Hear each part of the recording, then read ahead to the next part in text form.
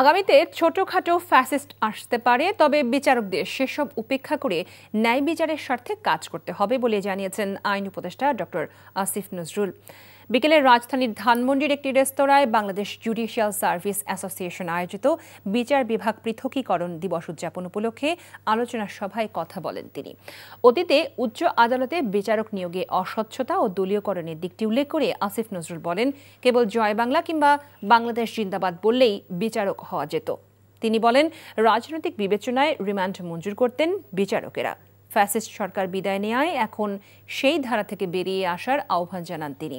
বলেন, মানুষকে নির্যাতন না করে বরং দুর্গম জায়গায় বদলি হওয়া অনেক ভালো। খবরদার এটা করো না, এর চেয়ে খারাপ আর কিছু হইতে পারে না।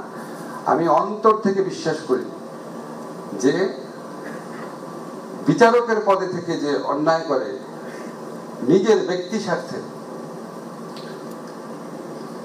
তার চেয়ে খারাপ মানুষ আর হইতে পারে না।